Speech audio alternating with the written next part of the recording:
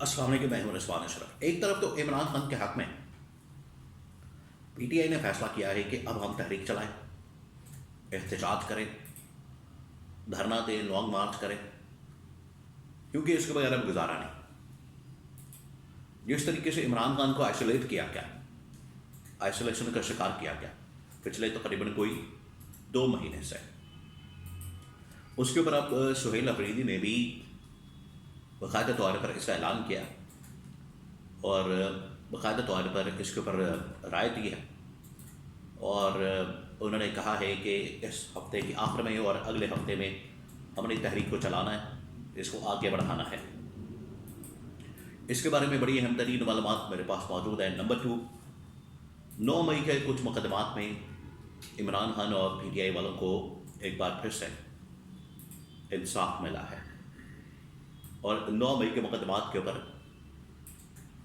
ضمانت وغیرہ بھی ملی ہے۔ اس کے بارے میں کچھ اہم ترین معلومات میرے پاس موجود ہے، وہ آپ کے ساتھ میں شیئر کرتا ہوں۔ نمبر 3، جو اس وقت آپ کو پتہ ہے کہ ایک بڑا اہم ترین مسئلہ جنرل افیئرز کے معاملے کے متعلق، ان کے کورٹ مارشل کے متعلق کہ ان کی سزا ہونے والی ہے، ان کو سزا دی جانے والی ہے، کوئی کہہ رہا 7 سال، کوئی کہہ رہا 14 سال، اور عمر قید کی سزا، یعنی اس طرح کی باتیں کی جا رہی ہیں، لیکن ابھی تک وہ اناؤنس نہیں کی گئی۔ اب اس طرح کی خبروں کو تقریباً 1 مہینہ ہو گیا، تو اس کے اندر معاملہ کیا؟ اس کے بارے میں ادھر جی ایچ او کے اندر جب صحافیوں کے ساتھ ملاقات کی D G I S P R نے، احمد شریف چودھری نے، جنرل احمد شریف چودھری، انہوں نے بھی، ان سے بھی سوال کیا گیا اور انہوں نے بھی اس کے اوپر بات کی، بلکہ انہوں نے اس کے اوپر زیادہ کمنٹ کرنے سے انکار کر دیا اور کہا کہ یہ معاملہ ادھر عدالت کے اندر موجود ہے، کورٹ مارشل ہو رہا ہے، پروسیڈنگ ہو رہی ہیں، لہٰذا ہمیں اس کو اوائڈ کرنا چاہیے تاکہ ہم کسی بھی چیز کے اوپر اثر انداز نہ ہو سکے۔ تو اس کے بارے میں بھی کچھ اہم ترین تفصیلات میرے پاس موجود ہیں۔ اس کے علاوہ پی ٹی آئی اب پارٹی سورسز کے ذریعے سے جو خبر سامنے آئی ہے، ان کے آگے کی حکمت عملی اور لائحہ عمل کے متعلق کہ وہ کیا ہو، کس طریقے سے یہ لوگ آگے بڑھیں گے اور لائحہ عمل اختیار کریں گے، اس کے بارے میں بڑی اہم ترین معلومات، تو 3-4 خبریں ہیں، ایک ایک کر کے میں آپ کے ساتھ شیئر کرتا ہوں۔ تھوڑی سی میں آپ کو ایک اور خبر دے دوں کہ آج کل یہ نور مقدم قتل کے ساتھ کو بتایا کہ اسلام آباد کے اندر ایک واقعہ پیش آیا تھا، نور مقدم نامی خاتون کو قتل کر دیا گیا اور ظاہر جعفر انہوں نے قتل کیا۔ اب ان کو سزا بھی سنا دی گئی، ان کی اپیل جو ہے ایک سپریم کورٹ کے اندر پینڈنگ ہے۔ اس کے متعلق سپریم کورٹ کے ایک جج جسٹس علی باقر نجفی، انہوں نے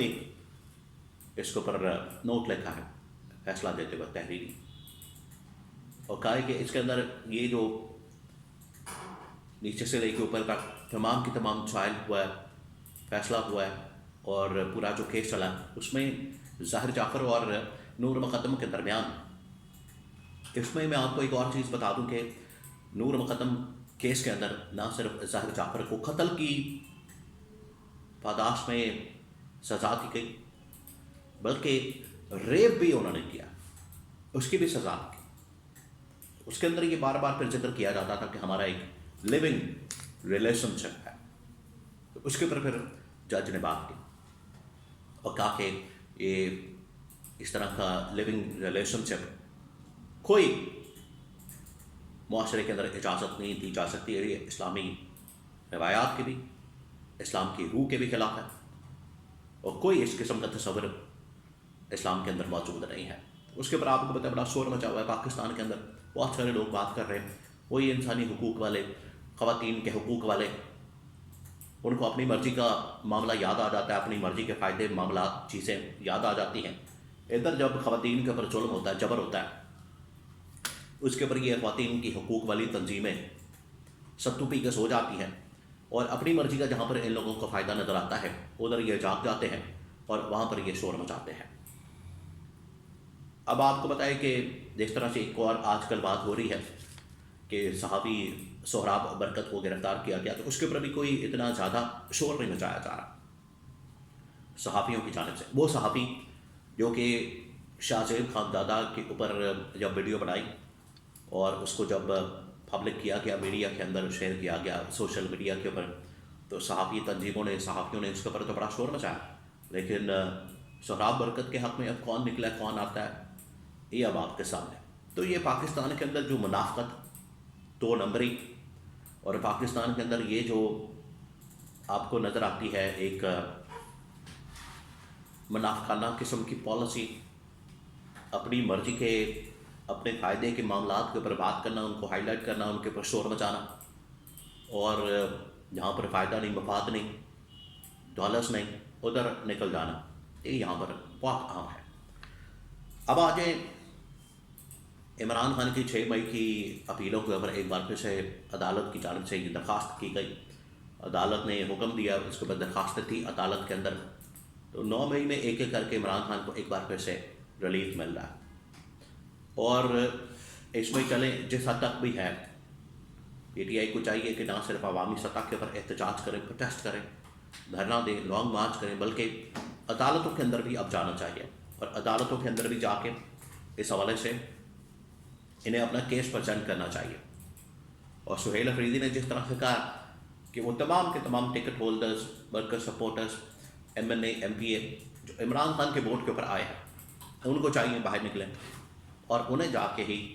اس حوالے سے پٹیشن دائر کرنی چاہیے۔ جہاں تک پی ٹی آئی کے سورسز کی بات ہے، پی ٹی آئی کی بات ہے، تو پی ٹی آئی اس حوالے سے مکمل طور پر تیار ہے،